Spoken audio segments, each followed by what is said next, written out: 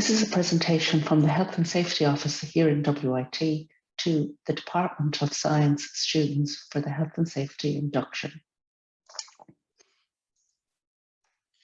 So today we will just be covering the areas of accidents and medical treatment, first aids and AEDs, fire safety and emergency evacuations, and the assembly points. So just to review the accidents which were reported, in 2019, there was 61 accidents reported in the Institute. Of these, 16 were from the Department of Science. This constitutes 26%, and the number of accidents that were reported covered areas such as chemical burns, eye injuries, and hand injuries. And all of these relate to accidents which occurred in the lab. And this is obviously the natural nature of working in a lab, that accidents can occur, but it is very important that you report the accidents. And the reason why it would seem that there's such a large number coming from the Department of Science is because they are very vigilant in reporting any accidents. If there is an accident in the lab, there is an accident report form, and it is very important to stress that you must complete this form so the proper follow-through can actually be followed through from the Institute for you in the case of an accident. As I said, one of the areas is chemical burns, which is pretty unique to the science department. It is very important that you follow the instructions in relation to diphoterine. This is used to treat chemical burns, and make sure that you actually use all of the diphoterine that is there. Do not use it sparingly. Use the entire contents of the diphoterine bottle. However, this is not something to become concerned with, because if you have an accident, you should report it to your lab supervisor or a technician or the person in place in the lab who is there to support you, and they will help you follow through with filling out the accident report form and also with the immediate treatment of that accident. So, as I say, the accidents, it is very important that you report all accidents. You report it immediately to the lecturer or supervisor, the course leader, the department technician, or the health and safety officers. In fact, many accidents can occur outside the lab. We're just focusing on the reports that have come from the lab. So even if you have a fall or a trip, you need to report this to somebody who is nearby. This may be the health and safety officer, or it could be a porter, but just make sure that you do report it and that this is then reported into the health and safety office. There are medical treatments which are available. So this could be via the first aid responders who are trained to respond to first aid incidents. It could be through the medical practice here on site, or indeed you could choose to go to a GP care doc or to the actual Waterford University Hospital. It's important to note that if you do go to the hospital or your own GP, or in your care doc, if this is outside the normal 9 to 5, you may be in the library and have a fall, or be on campus and have an incident, you must keep the original receipts of any payments that you make, and these can then be submitted into the health and safety officer, and they will be reimbursed to you. There is a taxi service available, and basically if you need to avail of that taxi, we will provide a taxi for you in order to go to your GP or the hospital, or if it's a case that you had to get the taxi yourself, just make sure, again, to keep the receipts, and they can be submitted into the health and safety office also. First aid and AEDs. The first aid kits are available in all laboratories. And these first aid kits are stocked every 2 months, reviewed and stocked to make sure that the stock is in date. So familiarise yourself where the first aid kits are in each of the laboratories. It's also important to note that the first aid kits are also available in school offices, porter's desk, in the canteen and in the libraries. So there is always a first aid kit which is nearby. For the AEDs or defibrillators, There are 18 in total. And there's one in every building, and it is normally at the main entrance beside the porter's desk. So for example, we have one in the main atrium, we have one in the library beside the porter's desk. This is not in the lobby, but it is inside the library. In the IT room in the building, it is to the right as you enter the building. So all of these are located that they can be reached within 30 seconds to a minute, which is vital in order to use the AEDs. Now, while first aiders are the people who will be using and are trained on these AEDs, it is important that you know where each of these AEDs are in each of the buildings, because you may be asked to go and get this for the first aider. Because the first aider will actually be treating the person, so they may ask you to run and get the AED for them. The sign for the AEDs is a white sign with a little red heart, so you'll know where they are. Hopefully we won't have to need them, but it is actually important that you do know where they are if you're asked to get them. The AED locations are in the safety handbook, also on the health and safety website and on notice boards. And this is the map of where all the AEDs are located. And again, this is in your safety handbook. So just to familiarize yourself with this. Now just to look at the fire safety.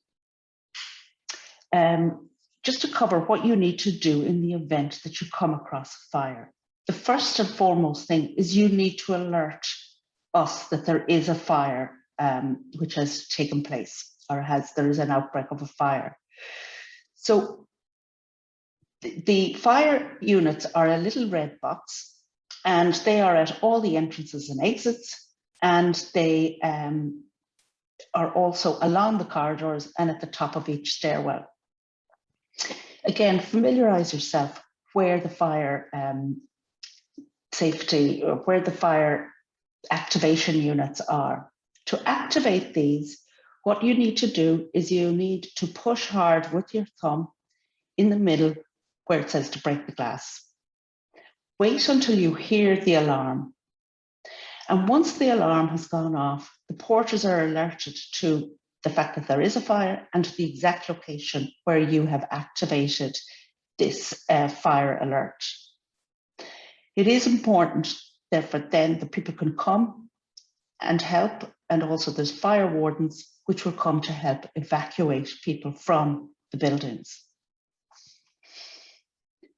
To familiarize yourself, there will be some fire drills. However, the fire system in WIT is a siren system. The siren will sound, and if it is intermittent, and this will be where there's a siren, then a pause, a siren, then a pause, this is indicating that there is a problem somewhere and you should prepare to evacuate. If the fire alarm or the siren sounds continuously, this means that you need to evacuate with immediate effect.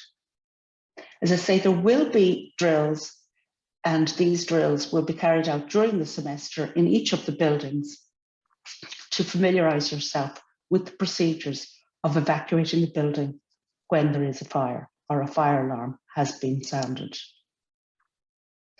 So on hearing the fire alarm, and this is the continuous fire alarm, you must turn off any equipment that you're using if it's safe to do so. If this would take a long time or it's cumbersome to do so, leave the equipment. You must evacuate the building by the nearest exit route. If possible, close all doors after you. You will notice that on the corridors, when a fire alarm is actually sounded, the doors close automatically, and this is to stop the spread of a fire. So in other rooms, when you're exiting, if possible, close the doors again to stop the spread of fire. Close all the doors, proceed to the assembly point and exit via your nearest exit route. And these are signed by this little green running man. So you can follow these signs to your nearest exit route. Do not go upstairs for any reason. Do not go to lockers, workstations to collect personal belongings. Do not use the lift. And it is very important that you do not enter the building again until the all clear has been given. The reason for this is that the fire safety wardens will go through and sweep each corridor. So say, for example, you're on the B corridor, that the fire wardens, having swept that building, that area of the building, they will report that that is all clear. So if you go back in to that corridor, we will have reported that that is clear and that there's nobody there. So nobody will have any knowledge that you are actually there.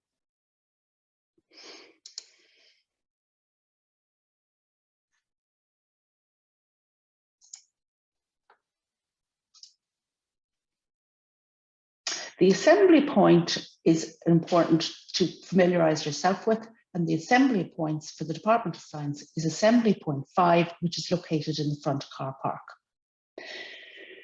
This is right beside the sports campus in the main building. The front car park is where assembly point 5 is. And the assembly points are indicated by a green sign with people on it and arrows pointing inwards. The fire evacuation maps are also located in all of the laboratories and classrooms, which highlight the safest route and assembly point that you can actually go and get outside the building. Do not go with familiar routes, just go with the most immediate route.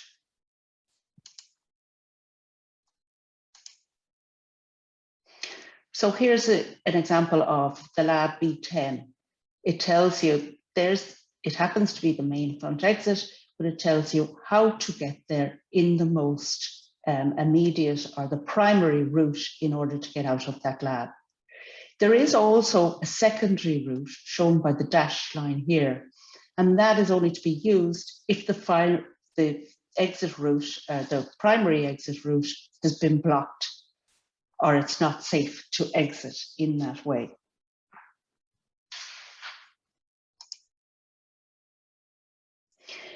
If you have any questions that you'd like to ask the Health and Safety Office, you can contact us at safety@wit.ie by email, or you can go to the WIT webpage, which is under the section of current students, on campus, the State's Office and Health and Safety. So you can locate the health and safety information there, or indeed, if you have any queries, you can drop in to the Health and Safety Office, which is Office R12 on the main campus. And in order to locate that, if you locate the card office, it is just nearby to there, so you will be able to locate it or ask any of the porters the directions. So I'd like to take this opportunity to wish you well in the coming academic year, and I hope that you all stay safe. And if you need to contact us again, do not hesitate to do so by email or to look up the information on the website, or indeed to drop in to the Health and Safety Office on the main campus.